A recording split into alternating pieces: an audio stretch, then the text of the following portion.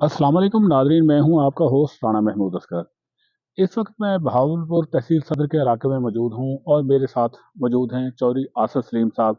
उनसे आज हम मोरिंगा के हवाले से बातचीत करेंगे। अस्सलाम वालेकुम। वालेकुम चौधरी सलाम। साहब, क्या हाल चाल है जी? ठीक ठाक सर आप। चौधरी साहब, ये जो मोरिंगा है, जी जी। इसको मोरिंगा तो पढ़े लिखे लोगों का नाम है। हम पंजाबी या देसी माहौल में इसको क्या बोलते हैं जी? इसको स्वांजना कहा जाता है जी, जनूबी पंजाब में। और बल्कि मुल्क सारे में जो पुराने बुजुर्ग बाबे हैं वो तो इसको स्वांजना ही कहते हैं। ये कौन कौन से इलाकों में काश्त होता है जी, ज्यादा ज्यादा? ये हमारा पूरा जो पंजाब है जी। इसकी काश्त के लिए मौजू है। सिंध, पंजाब, बल्कि हर जगह पे ये हो जाता है। अच्छा चलो सब, ये मुझे बताइएगा कि जो बड़े शहर हैं, जिस तरह लाहौर हो गया, फैसलाबाद हो गया, कराची हो गया, इन हम्म। शहरों में तो ये 1500 2000 पाव के हिसाब से इसका सफूफ बिकता है। ऐसे ऐसे। ये जो सफूफ इसका बनाया जाता है, उसका तरीकेकार बताइएगा कि किस तरह ये सफूफ बनाते हैं।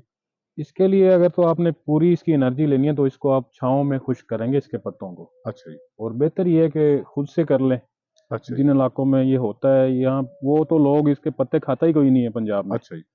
वो इसके फूल ही खाते हैं ज़्यादातर लोग, ये पत्ते तो इसके काट के बकरियों को फेंक दिए जाते हैं। जी जी।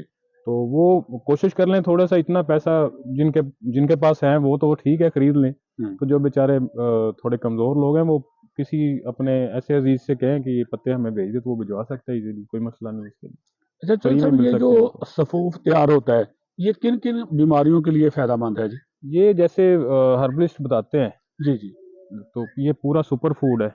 अच्छा ये जी। मिनरल्स, विटामिन, ये वो जितनी भी कमियां होती हैं जिस्म में अच्छा वो जी। आपकी पूरी करता है। जी। तो ये भी कहा जाता है कि आदम अलैहिस्सलाम जब दुनिया में आए थे तो और कुछ अच्छा भी जी। ना होता, अगर ये मोरिंगा होता तो इंसान के सर्वाइव के लिए काफ़ी था।